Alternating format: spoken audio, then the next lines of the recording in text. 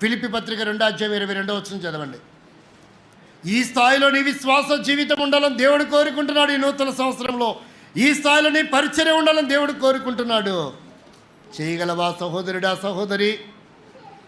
ఆ స్థానానికి పొందగలవా? రీచ్ అవ్వగలవా? కైవసం చేసుకోగలవా? దేవుడు కోరుకుంటున్నాడు ఆ స్థానంలో నువ్వు కూడా ఒకటిగా ఉండాలని, ఒకదానవుగా ఉండాలని. చదవండి త్వరగా. అతని యోగ్యతను మీరు ఎరుగుదురు. తండ్రికి కుమారుడు ఎలాగో సేవ చేసెను, అలాగే అతడు నాతో కూడా. ఏ వ్యాపకం కోసం అంట? కనపరచుకోవడం కోసం కాదండి. అలాగే నాతో కూడా సువార్త వ్యాపకము నిమిత్తము సేవ చేసేను. అది ఎలాంటి సేవ అంట? ఒక తండ్రికి కుమారుడు ఎలాంటి సేవ చేస్తాడో, తండ్రికి కుమారుడు సేవ అంటే ఎలా ఉంటుంది?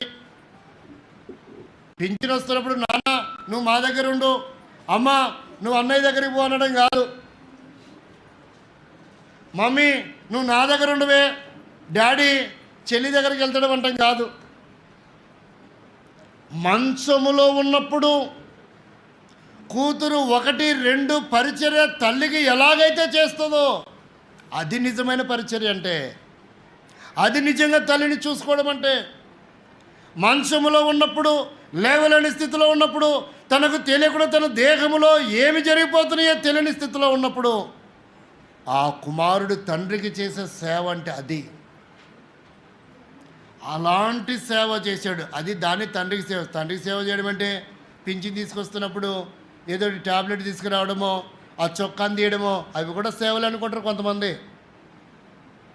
అదైనా చేశానుగా డాడీ, నేను చూశానుగా, ఆ ఆస్తి సగం నాకు రాయొద్దా? సగమైనా రాయి. వంశంలో ఉన్నప్పుడు దొంగ సంతకాలు చేసి ఏలుముద్రలు వేయించుకొని కైవసం చేసుకోవడం కాదు. ప్రియమైన స్నేహితులారా, మిత్రులారా, ఆలోచించండి. నాకేం తెలుసు, మొత్తం నాన్న నా పేరు మీదనే రాశాడు అని ప్రూఫ్ చేయడం కూడా కాదు. ప్రియమైన స్నేహితులారా గమనించండి. తండ్రికి కుమారుడు ఎలాగో సేవ చేశానో అలాంటి సేవ ఎక్కడ చేశాడంటేనా, సువార్త చెప్పగలడని సేవకుడు నీ గురించి, ఇలాంటి యవనుడు, ఇలాంటి విశ్వాసి, ఇలాంటి పరిచారకురాలని నీ సేవకురాలు చెప్పగలదా? నీ గురించి నీ సంఘ పెద్దలు చెప్పగలరా? బాధ్యత గల సహోదరులు మేము చేసినా చేయకపోయినా మాలాంటి భారాన్ని మోసగలదండి ఈ అమ్మాయి అని చెప్పగలదా మీ సేవకురాలు?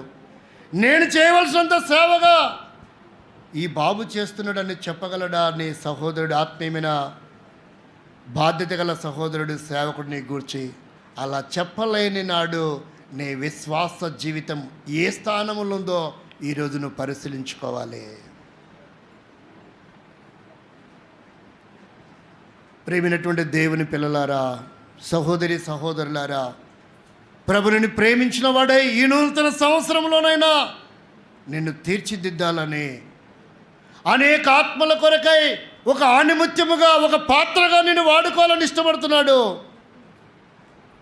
ఇప్పుడే నువ్వు సరైన పరిచర్య చేయలేకపోయినందువలన ఎంతమంది నశించిపోయారో తెలుసా నీకు? ఆ ఆత్మలకి నువ్వు ఉత్తరవాదివి కాకుండా పోతావు అనుకుంటావా? ఖచ్చితంగా దేవుడు నేను లెక్క అడుగుతాడు. నాకే సంబంధం లేదు ప్రభువా నువ్వు అనలేవా రోజు? దేవుని వాక్యం ఏం చెప్తుందో చూడండి. ఎజ్కేలు గ్రంథం 3:18 చదవండి. నీకు అప్పగించబడినటువంటి పాత్రలో, స్థానంలో, పరిచర్యలో, అది చిన్నదైనా పెద్దదైనా నీ స్థానం ఏంటి?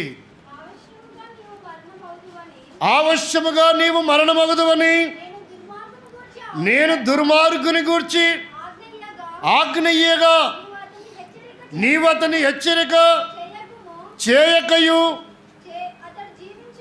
అతడు జీవించినట్లు తన దుర్మార్గతను గూర్చి విడిచిపెట్టవలనని వానిని హెచ్చరిక చేయకయు ఉండిన ఎడల ఖబర్దార్ అంటుంది వాక్యం. ఇక్కడ ఈ వాక్యానికి అతీతంగా ఉన్నవా, ఆ వాక్యానికి బందీ అయి ఉన్నావా?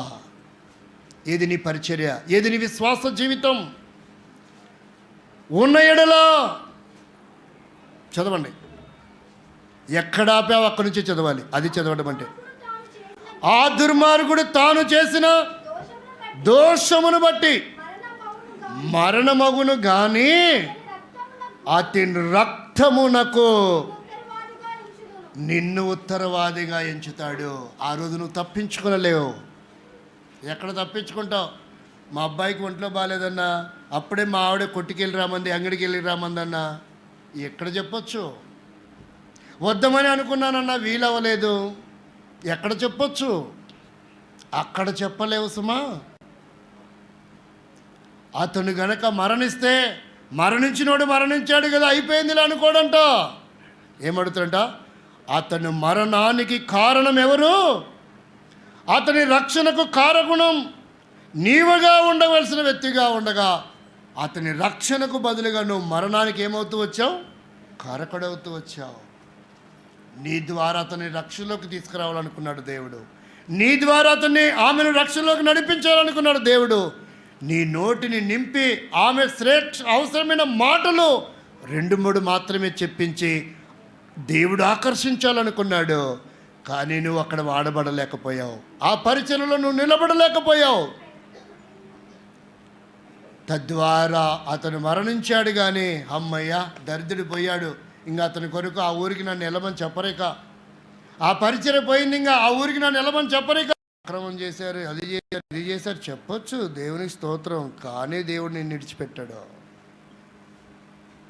అసలు నిన్ను తీసుకొచ్చిన ఉద్దేశం ఏంటి? అసలు నిన్ను పంపించిన ఉద్దేశం ఏంటి? అసలు నిన్ను సిద్ధపరిచిన ఉద్దేశం ఏంటి? ఎక్కడో ఉండవలసిన వ్యక్తివి ఎక్కడికి ఎందుకు తీసుకొచ్చాడు? అది వ్యాపారం కోసమైనా, ఉద్యోగం కోసమైనా, వ్యవసాయం కోసమైనా, చదువు కోసమైనా.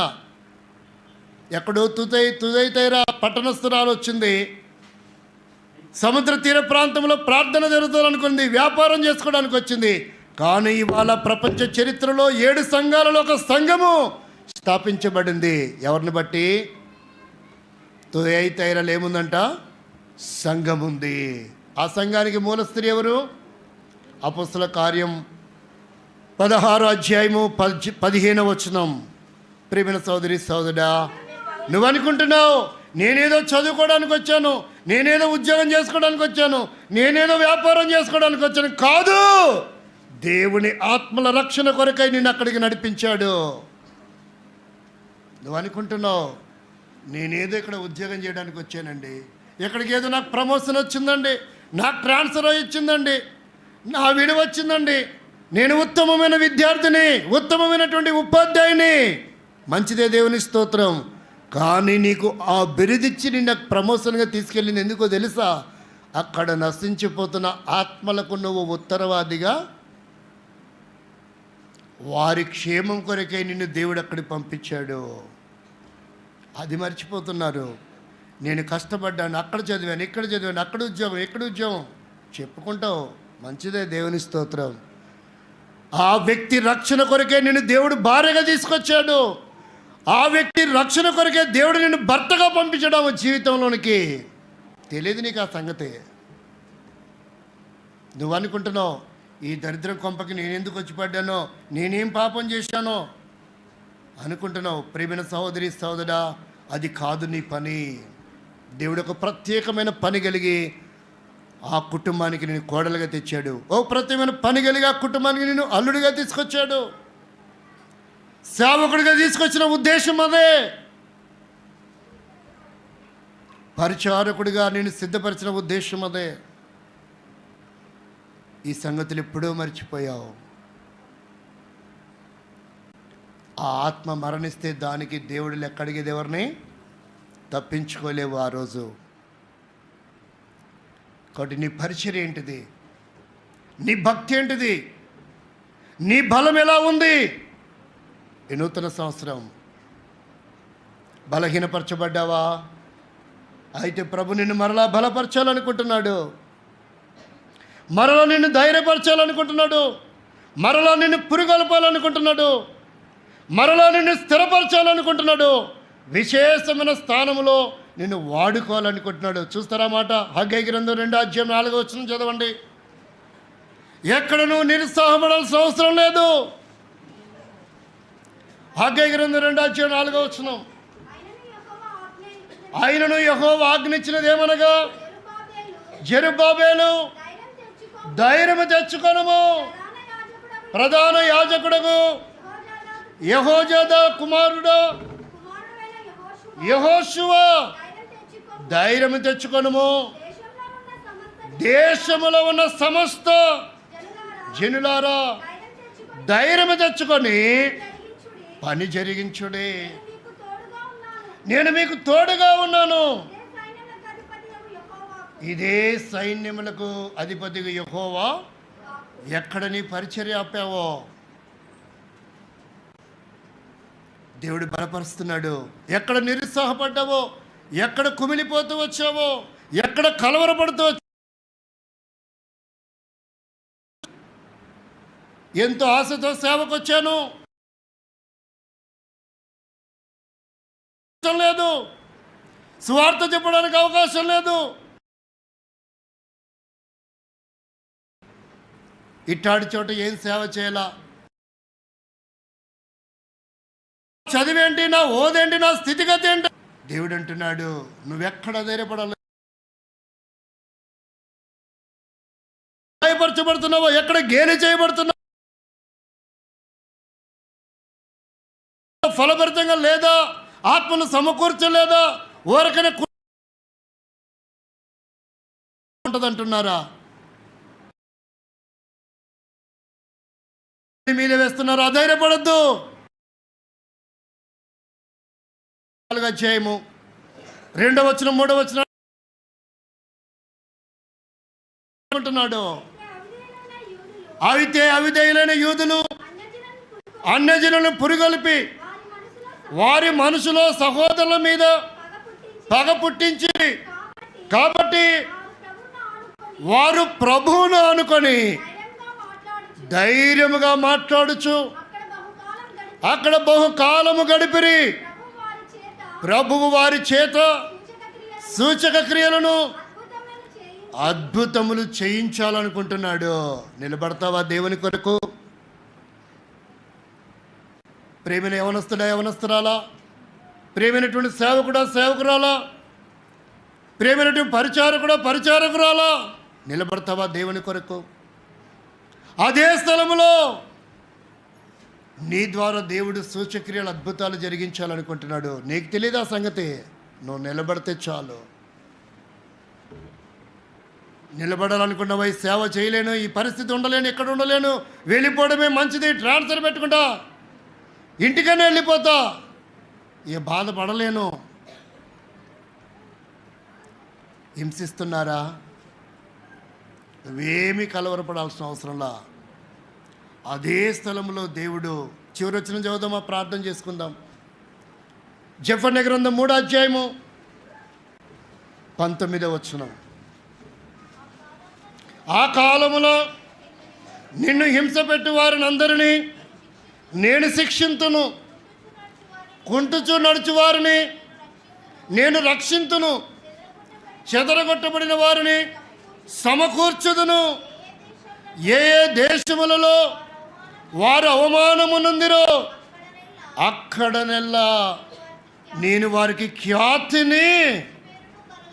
ఇది దేవుడు నీ విషయంలో కలిగి ఉన్నాడు. నిలబడతావా? నిలబడతావా దేవుని కొరకు?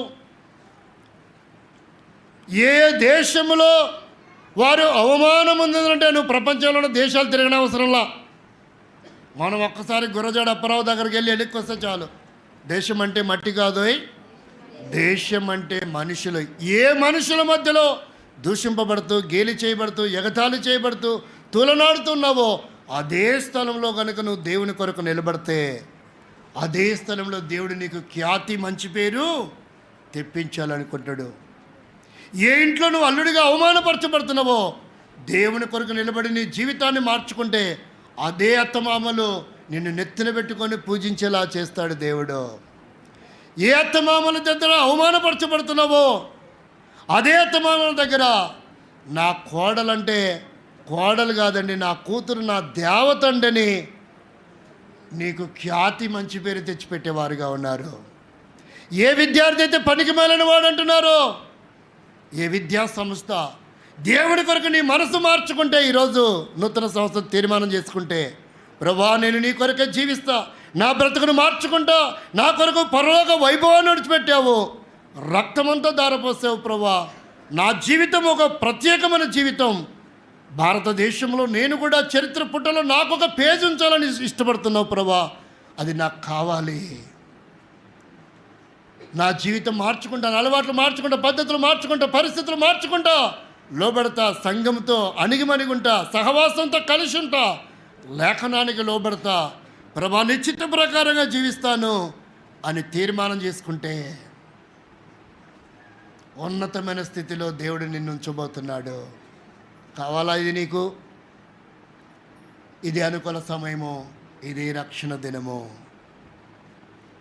ఎక్కడ దూషింపబడుతున్నావో, ఎక్కడ తూలనాడబడుతున్నావో, ఎక్కడ గేలి చేయబడుతున్నావో, ఎక్కడ అసభ్యకరంగా చూస్తున్నారో, నీ బ్రతికెందుకు, ఎందుకు బ్రతికావు, చావుపో అనిపించుకున్నావా, పర్వాలేదు.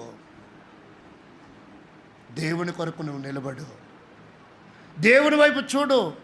ఇంకా రక్షకుడిగా అంగీకరించలేకపోతే ఇదే నీకు అనుకూల సమయం, ఇదే రక్షణ దినం. ఇలా ఉన్నతమైన స్థితిలో దేవుడు నిన్ను ఉంచాలనుకుంటున్నాడు. ఒక అమ్మాయి నాకు దగ్గరకు వచ్చి, అసలు నా వాగ్దానం ఏంటో తెలుసా? ద్వితీయోపదేశకాండం 21వ అధ్యాయం 28వ అధ్యాయం మొదటి వచనం. ఏంటనుకున్నావు నా వాగ్దానం అంటే? అల్లక్కంటది, నాదేంతటి వాగ్దానం లేదు, 10వ వచనమేగా. 28వ అధ్యాయం అంట ద్వితీయోపదేశకాండం, ఎన్నో వచనం అంట? 10వ వచనమేగా. సమస్త జనముల కంటే నేను నిన్ను, అందుకే నేను ఆలగడ్డలు చదువుకుంటున్నా. ద్వితీయోపదేశకాండం 28వ అధ్యాయం 10వ వచనమేగా, అందుకే వెల్దుర్తిలోనే చదువుకుంటుంది. మరి ఇదే మర్మం.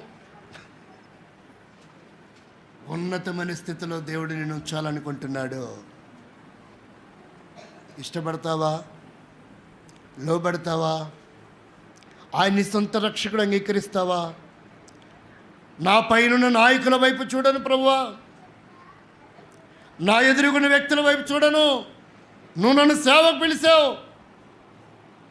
నువ్వే నన్ను ఇక్కడికి పంపించావు. లెటర్ ఎవరనిచ్చి పంపించుండను గాక, ద్వేషంతో, పగతో, కుళ్ళు కుతంత్రంతో అది ప్రమోషన్ కాకుండా డిమోషన్ లాగా పంపించను గాక. దేవుడు నీకు అక్కడనే ప్రమోషన్ ఇస్తాడు, అక్కడే నిన్ను నిలబెడతాడు, అక్కడే నిన్ను బలపరుస్తాడు, అక్కడే నిన్ను అనేకులకు పరిచయము చేస్తాడు. ఏ మాత్రం అధైర్యపడాల్సిన అవసరం లేదు. నా వ్యవసాయం ఇలా అయిపోయింది, నా వ్యాపారం ఇలా అయిపోయింది, నా చదువు ఇలా అయిపోయింది, నా భవిష్యత్తు ఇలా అయిపోయింది, నా జీవితం ఇలా అయిపోయింది, నా కుటుంబం ఇలా అయిపోయింది, నా దేహంలో ఆరోగ్యం అంతా పాడైపోయింది, ఏంటి నాది బ్రతక, ఎందుకు బ్రతకాలని వేదన చెందుతున్నావా సహోదరి సహోదరుడా? లేదు, అదే స్థానంలో దేవుడు నీకు ఉన్నతమైన స్థితి ఇస్తాడు. మోకరించండి, ప్రార్థన చేసుకుందాం. ఒక చిన్న ప్రార్థన చేస్తామా ఈ మధ్యాహ్న కాలంలో? ప్రభా, నా కోసమే ఈ మాటలు చెప్పావు, నా బ్రతుకు కోసమే, నా క్షేమం కోసమే, నా కోసమే ప్రభా, నా కోసమే పరలోక వైభవాన్ని విడిచిపెట్టావు తండ్రి, నా కోసమే శిలువ యాగములో బలవుతూ వచ్చావు ప్రభా. నేను గుర్తెరగలేకపోయాను నీ త్యాగాన్ని, నీ ప్రేమని. నా పట్ల అందరూ తూలనాడుతున్నారు, అందరికీ నేను అవసరం లేని వ్యక్తిగా ఉండిపోయాను, వ్యర్థమైన పదార్థముగా నన్ను చూస్తున్నారు ప్రభా. అయితే నాకు నీవు ఒక గుర్తింపు ఇవ్వబోతున్నావు ప్రభా, విశేషమైన స్థానం ఇవ్వబోతున్నావు, ఖ్యాతిని, మంచి పేరు ఇవ్వబోతున్నావు.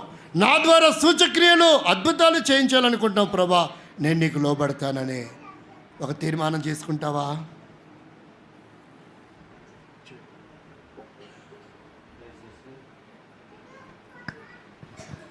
దయచేసి పరీక్షించుకుందాం. ఆత్మీయ లక్షణాలు, మన ఆత్మీయ ఎదుగుదల, మన ఆత్మీయ దిగదారితనం, మనం ఆత్మీయంగా నష్టపోయినతనం, ఆత్మీయంగా బలపడేతనం, ఆత్మీయంగా వదిలేతనం, ఆత్మీయంగా కట్టబడడానికి, మనం ఆత్మీయంగా నిలబడడానికి మొదట ఏం సంపాదించుకోవాలా? గొప్ప రక్షణ మనము సంపాదించుకోవాలా. రెండోది వచ్చి దేవుని ఎడల మనం నిశ్చయించుకోవాలా. ప్రభువా, నీ పని కొరకు నన్ను సిద్ధపరచు, నీ పని చేయడానికి. నీకు మొదట ఏం కావాలా? గొప్ప రక్షణ కావాలి. ఆ గొప్ప రక్షణ ఒక నిశ్చయితను తీసుకొని వస్తుంది. ఈ గొప్ప రక్షణ దేన్ని తీసుకొస్తా అంటే, నేను ఒక బలమైన వ్యక్తిగా తీసుకొస్తుంది. బలహీనులను ఆయన ఏం చేస్తాంట? బలవంతుడుగా చేసేవాడు. కాబట్టి మన బలహీనతను ఆయన నిన్ను బలవంతుడిగా చేయను. బలవంతుడి చేతిలో మనం ఎలాంటి వారుగా ఉండాలా? బాణం లాంటి వారు. బలవంతుడి చేతిలో మనము బాణము లాంటి వారము. ఈ బలవంతుడైన వాడు ఏం చేయాలా? యుద్ధానికి సిద్ధపడాలి. యుద్ధమైన కవచములు ధరించుకొని అకుల పిసికల ఎలా తన సాక్ష్యం కాపాడుకుంటూ పరిచర్య, దైవజనుడికి ఏ విధంగా పరిచర్య చేసినారో సహపాఠి తన ప్రాణాన్ని సహకరించిన వారు, తన ప్రాణానికి వారు సహాయకరులుగా ఉన్నారు.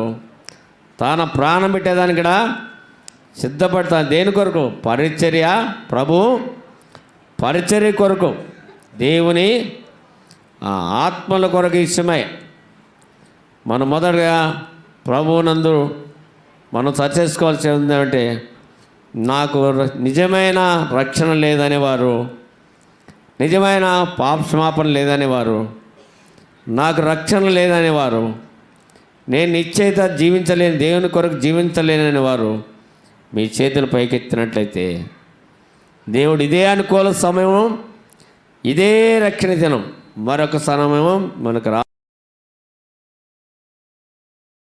ఎప్పుడు మనం చనిపోతామో, ఎప్పుడు దేవుని తీర్పుకు, ఉగ్రతకు దాన్ని మనం పరీక్షించుకోవాలి. ఈ సమయం ప్రభువా, ఈ లేఖనాల ద్వారా నాతో మాట్లాడుతూ వచ్చినావు. నేనేది ఎవరైతే రక్షణ పొందినారో వారు ప్రభువా నన్ను ఇంకా బలపరచు, నీ పరిచయంలో నేను చేయలేకపోయినా, నీకు ఇష్టడుగా జీవించలేక, అనేకుల మధ్యలో నిన్ను మహింపరచలేకపోయినా, అనేకులు నీ వైపు తిప్పలేకపోయినా, మనం పరీక్షించుకోవాలి. నీతిని అనుసరించి నడుచు ఆకాశ నక్షత్రములను పోలి అనుసరించి నడుచుకొని అనేకులు ఎవరైతే తిప్పుతారో తిప్పేవారు. ఆకాశ నక్షత్రములు ఎలా ప్రకాశిస్తాయో మనం సిద్ధపడితే ఆ బలవంతుల చేతిలో పరిచర్య విషయమై, దేవుని సంఘం విషయమై, దేవుని దేవుని పని కొరకు ప్రభా తమ పరీక్షించుకోండి. రక్షణ లేని వారు, దేవుని వాక్యం మీకు రక్షణ లేని వారు ఉంటే, మాకు రక్షణ కావాలని మా ప్రభు దేవుడు నన్ను సంధించాడని మీ చేతులు ఎట్లయితే, ఎవరైతే రక్షణ లేదో అట్టివారు, పాపక్షమాపణ లేదో అట్టివారు మీ చేతులు ఎత్తే, మీ చేతులు పైకెత్తినట్లయితే మీ కొరకు ప్రార్థన చేస్తాం. దయచేసి బలవంతుడి చేతిలో మేము బాణం లాంటి వారు ఉన్నామనే వారు తాను సరి చేసుకొని ప్రభు కొరకు సిద్ధపడాలని మనం చేస్తున్నాం. ప్రార్థన చేసుకుందాం. ప్రేమ గల తండ్రి, కృపగల దేవా, యేసు ప్రభు నామములో నీ పాస్తలను చేరి ఇలా స్తుతిస్తూ నీ మహిమపరుస్తూ ఆరాధిస్తున్నాం. మీరు తీసుకొని వచ్చిన లేఖనాలన్నీ బట్టి వందనాలు. మేము ప్రభా యవ్వన కాలంలో నీ కాడి మొయట నరుడుకు మేలుని మా పితరుని ఇచ్చికాను మా మధ్య తీసుకొని వచ్చినావు. మా పితరులు ఆయన అపోస్తలుడైన పౌలు, నీ పరిచర్య తిమోతి, అకుల, పిసికిల, అనేకులు నీ పరిచర్య, యెహోషువ అలాంటి వారు తండ్రి నీ పరిచర్య ఎలా చేస్తూ వచ్చినారు. మేము కూడా సాటి సహోదరులుగా మేము నశించే వారి విషయమై తండ్రి వారి విషయమే ప్రార్థించేవారు కాక మేము వారి కొరకు ప్రకటించేవారుగాను వారిని నీ మందిరికి నడిపించేవారుగాను నీ ప్రజలు సిద్ధపరచమని నీ రక్షణ వెదిగే విషయంలో బలహీనులైన వారిని బలవంతుడి చేతిలో బలవంతులుగా చేయండి. బలహీనంగా ఏదైతే పడిపోతున్నారో కుంగిపోయినారో బలవంతులుగా చేయండి. వారిని ఆత్మీయంగా బలవంతులు సిద్ధపరచండి. నీ మందిరంలో నూతన సంవత్సరంలో నూతన వ్యక్తిగా నూతన బలం ధరించుకొని నూతన కార్యములు చేయనట్టు నూతన సంవత్సరంలో పక్షిరాజ యవనమలే వారెవను కొత్తదవనట్టు వారిని బలపరచమని కొత్త ఉన్నతమైన నీ కొరకు జీవించేవారుగా సాయం చేయి. దేవా నీ ప్రజలు సంధించు, వచ్చిన వారి అందరినీ సంధించు. వారి వారి ఆత్మీయ స్థితిని ఎరిగినట్టు బలహీనత ఎరిగినట్టు కుటుంబాల్లో సంఘములో బయట అన్నదమ్ముల్లో ఎక్కడైతే తండ్రి బంధువుల మధ్యలో కాలేజీ మధ్యలో స్కూల్ మధ్యలో ఎక్కడైతే పడిపోయినారో యవనస్తులైన పిల్లలు వారిని రక్షణనిచ్చేది కలిగి నీ కొరకు జీవించేవారుగా సాయం చేయి. వారి పిల్లలు దేవుడు భయపడి నీకు విధేలే నమ్మకస్తులుగా జీవించట్టు సంఘంలో ఉన్న పిల్లలందరినీ సిద్ధపరచు. సర్వ సంఘం ఉన్న నీ ప్రజలందరినీ సిద్ధపరచు. సహాయపడదు. మా సమస్త బలహీనతలో ఉండి దేవుడు అయింది. మా భక్తి కాదు, మా నీతి కాదు, మా జ్ఞానం కాదు, మా బుద్ధి కాదు, మాకు కాదు యెహోవా, మాకు కాదు. నీ కృపా సత్యములు బట్టే నీ నామని మైన తెచ్చుకోమని చేరి వచ్చిన వీళ్ళందరిని బట్టి వందనాలు చెల్లిస్తూ ఈ పరిచర్య దీవనకరంగా నీ తెలుగుచాటు మరుగుపరిచి ఒక ఆత్మ రక్షణ విషయమై దేవా సృష్టిని సృజించిన దానికంటే ఒక పాపిక రక్షణ ఎంతో గొప్పదన్నావు. సృష్టిని నాయన సృజించేది దేవునికి ఆయన సులభమే, కానీ ఒక పాపి అయిన మనుషుడు నీ తల్లి నిత్య నరకానికి పోయే మనుషుడు అగ్నిగుండానికి పాత్రుడైన మనుషుడు రక్షించబడుతా దేవదూతలతో సంతోషకరమైన దినం. ఒక పాపినైనా తండ్రి ఈ వాక్యం ద్వారా నీవు సంధించి వారి నిత్య జీవానికి పరలోక రాజ్యానికి వారసుడిగా దయచామని చేరి వచ్చిన వీళ్ళందరిని బట్టి ఉందా తెలుసు. ఈ వాక్యం ఫలించమని నీ ఉన్నతమైన ఉద్దేశం నెరవేర్చుకుని మై పొందమని తిరిగి భోజన సహవాసంలో మాకు సహాయపడను. అన్ని పరిస్థితుల్లో దేవుడు ఆయన్ని కాపాడు.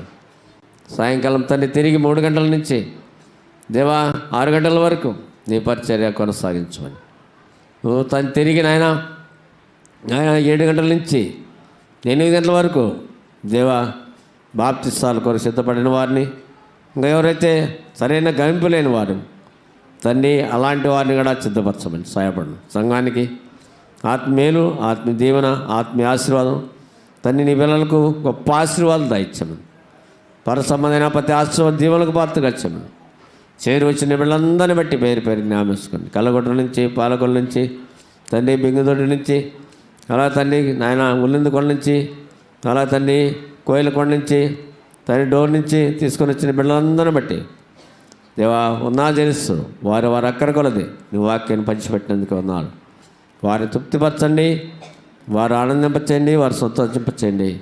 నీ కొరకు జీవించేవారుగా సాయించండి. నిత్య నరకం నుండి అగ్ని నుండి నా కొరకు ప్రాణం పెట్టి చనిపోయినా తన దేవుని కొరకు తాము తగ్గించుకునేవారుగా సాయించి నీకు లోబడి జీవించేవారుగా సాయించండి.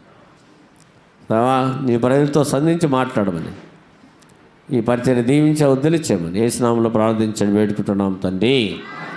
మన తండ్రి అయిన దేవుని ప్రేమయు ఆయన కుమారుడైనకి ఇచ్చేసుకుపోయాం ఇక్కడ చేరిన వారికి సకల పరిస్థితులకు సదాకాలం దేవుడు తోడై ఉండనుగాక. ఆమేన్.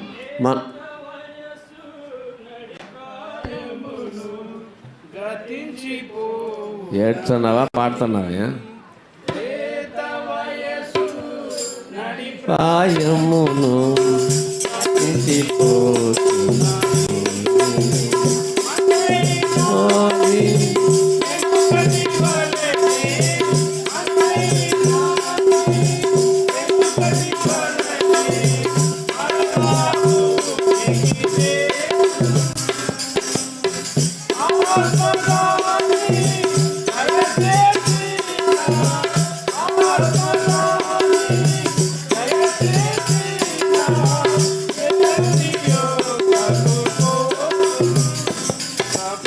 పాడుకుందాం వేయనమ్మా.